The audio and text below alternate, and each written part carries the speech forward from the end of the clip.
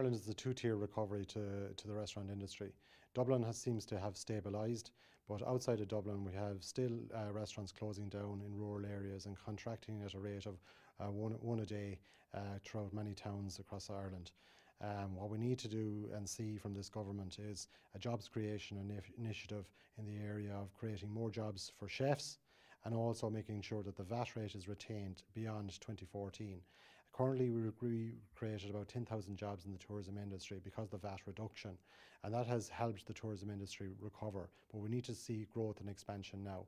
We also need to see from the government is that the consumers still go out and spend in the local economies.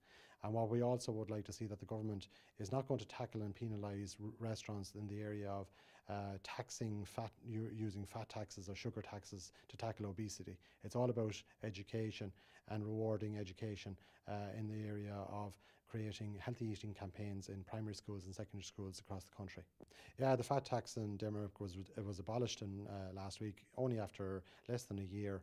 They saw there was no point in bringing it in.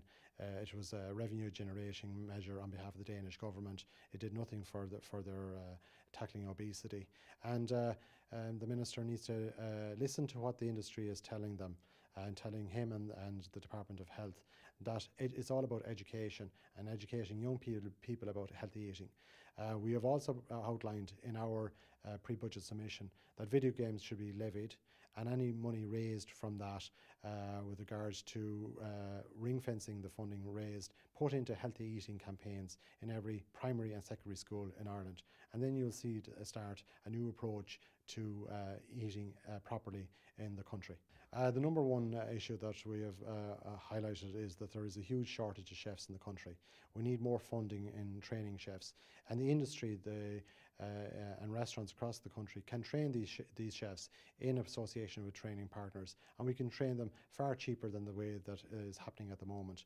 And what we need to do is a training fund put in place specifically to train chefs, because there is a shortage of chefs in the country. And what you see now is that many restaurants that can find chefs at the height of the unemployment rates in Ireland may have to look at overseas and bringing in very skilled chefs into this country, which we need to address immediately.